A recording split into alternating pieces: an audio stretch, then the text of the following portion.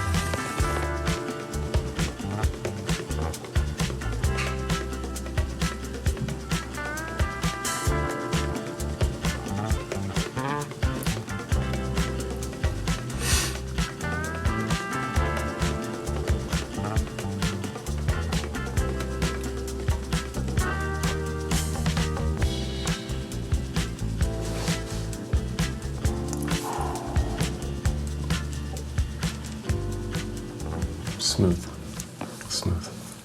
Okay, and there we go. So that was a fun one. That was our ad for Dave Severson's 54 annual used car event. I'll get these off now. So we first got started with them during their 53rd used car annual event. That was 2 years ago. We did a DS Cars Direct little promo for them. So we've done a good chunk of work for Dave Severson, and then they came around this year and said, hey, 54th annual sale, what are we gonna do, guys? And the cool part is, Lindsay, she came to us with kind of an idea of, hey, I saw this Ford ad, that's some inspiration here, but we have a lot of room to do what we want, right? We can get creative with it. We went back and forth on a lot of ideas, and we kept building on an idea, making it better and better. So we ended up with kind of 3 problems. Picking up from school, the bicycle, getting to practice, kind of all these things where it'd be nicer to have a car. So that's where we left things off with at pre-production. A 60-second commercial with a voiceover showing their struggles without a car, and we were ready to roll. Shoot day was around the corner. We had prepped some storyboards for this shoot. I'm not going to show you them. You'll have to come by the office and see them because it's difficult to draw with a mouse. We'll just say that. A lot of the projects we do are organic. They are kind of led by the content of the story. This was different. So we had these storyboards, the inspiration, and shoot day came, right? We had the surprise of snow, which, it doesn't ruin the shoot day. The event was around the corner. This was a quick turnaround project, so we needed to push it through and go for it. It was a decent amount of snow, but we rolled with the punches, we adapted, and we made it work. We brought our new drone, we brought our lighting equipment, we brought our video equipment, and, our big rig main camera, the FX9, which is Netflix certified. So we began our day at the dealership. You can see our hero of the story, Noah, coming in with his mom to finally pick up his car, getting in it, getting a feel for it, and that was kind of the scene. We had a few shots, and it went very smoothly. We rearranged the shop a little bit, had to move some cars. So then this is where the snow came in. Before we left the dealership, we had to get our drone shot, but this was the kind of epic hero shot. I wanted to be a fluid, longer shot as Noah was leaving with his new vehicle. Luckily, our drone fares very well with wind and snow, but it made it a bit more interesting. We'll just say that. It only took 3 tries. We did 3 loops. I changed a few things for each drone shot. Then that 3rd take, it made it. Very smooth pullback, pan, pull out, great ending shot. Loved it. Okay, moving on. Side note. We do actually add some snow sometimes when it's necessary. So Haley Comfort Shoot, we were doing a fireplace giveaway. We shot it in 2 parts, right? One part, it was snowing out. Second part, during Nicole's interview piece, there was no snow. So what we did was, cha-ching, added a little fake snow. I don't think anyone noticed. It came in really smoothly with some layering techniques. And so that's a fun way we actually add snow sometimes. Okay, and off to the house. This is where a bulk of the scenes were filmed, and what we started with there was the bedroom scene, right? We got the bed, we got his feet, and we got the calendar, kind of showing that montage of time. Noah was a good sport. We had fun with this. Getting that right angle, having him get out of the bed several times with a little bit different twist. You know, we didn't want to just get one take of him getting out of the bed, then repeat it, because it wouldn't be unique enough. So we got several takes of him, you know, taking off his covers, hitting the phone alarm. And we love to use natural light, you know, whenever we can. So that's where we brought in that lamp.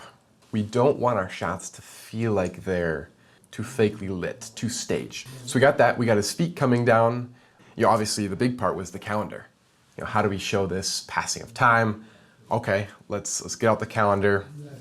That was funny. We did a test try on a previous month because we had one calendar and we didn't want to mess it up. So we found the person with the best handwriting and that came out really nicely and I love it.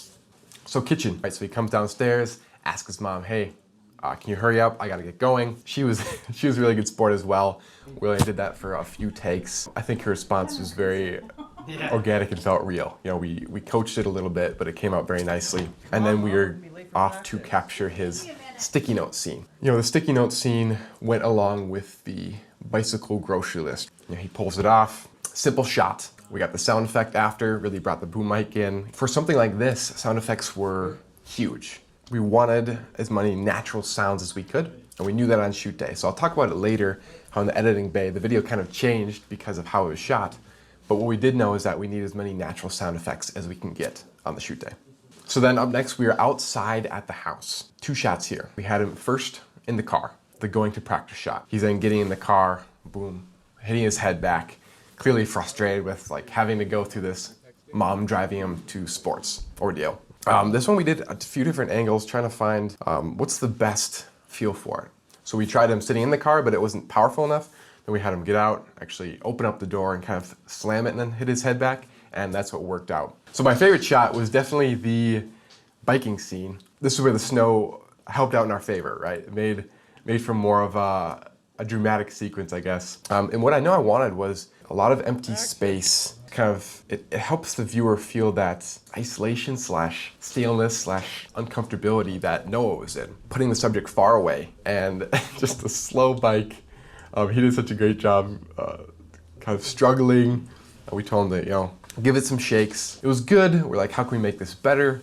Hey, how about you drop the groceries as you're coming and then pick them up? So we ran it back, again, went through, dropped his groceries. It was perfect. What we captured before we left location was a close-up of audio, you know, getting those groceries dropping. Recording, hey, what's this grocery dropping sound? And in the final cut, it's subtle, but it definitely adds and makes you feel like you're there.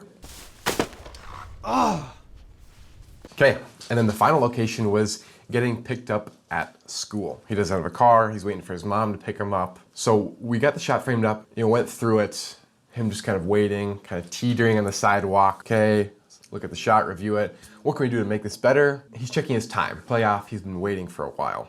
So I actually give him my watch. We put it on him, and then we include an extra shot of him checking his watch, and then mom pulling up. And that really rounded out the feel of it and made it that much more impactful. So now we are at the editing board. How can we make what we captured into what we pre-planned and make this awesome final video? And my first edit came out to be 3 minutes long. If this video hits the goals we need, it can really be any length.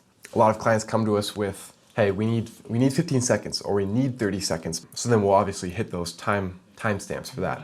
But with the majority of our projects, time is flexible. You're getting your message across. That's what matters most. So time is kind of driven by what content you have. We all liked it, but it could be better, right? So back to the drawing board. It's never fun to have to kind of rework a project, and it always makes it better. It's always worth it. I trimmed it down, cut out the fat to make it a bit faster paced, but still keeping all those core elements. So then here we were with like 1:41. In the grand scheme of things, 1:41 is still in that very kind of short video range. We initially talked about voiceover, but we didn't have to do it. As I was going through the footage, it felt like a video that didn't need it. What if we just use these sound effects that we captured, we just use a light soundtrack to help with the pacing, and then at the end have text kind of be that hitting point. So we cut the voiceover, just led by simple storyline, images, visuals, and sounds, and then as he's driving out the lot, boom. And we ended upon life's more fun with a car. kind of a light but impactful short statement that led into, the branding and the details about the sale. It was so unique. It was such a fun type of video to make. I'm really glad with how it came out. So we delivered that longer video to Lindsay. She checked with her team. She really loved it. Liked that we got flexible with it, got creative, got a ton of engagement, great feedback on it, and it worked out really well. So it was a success. We do a lot of collaboration on our ideas to refine them to what makes the most sense, what's the best for the video. We have a tight team, we can bounce back and forth along with the client and come up with a video that really is the best it can be. Secondly, I'd say we base everything off goals, right? That's what matters in the end. Engagement of your video, actual viewership, and then if you're hitting those goals. Once you have those bases covered, do whatever you need visually to an extent. Thirdly, have fun with it, because people don't often enjoy being on video, which throughout all of our processes is making that easy, right? Video doesn't have to be uncomfortable, it doesn't have to be hard. We want to make it a more fun process, and that's what we really strive to do. Okay, well, thanks for sticking around for this project breakdown. I hope you enjoyed kind of taking a deeper dive into this Dave Severson ad we created.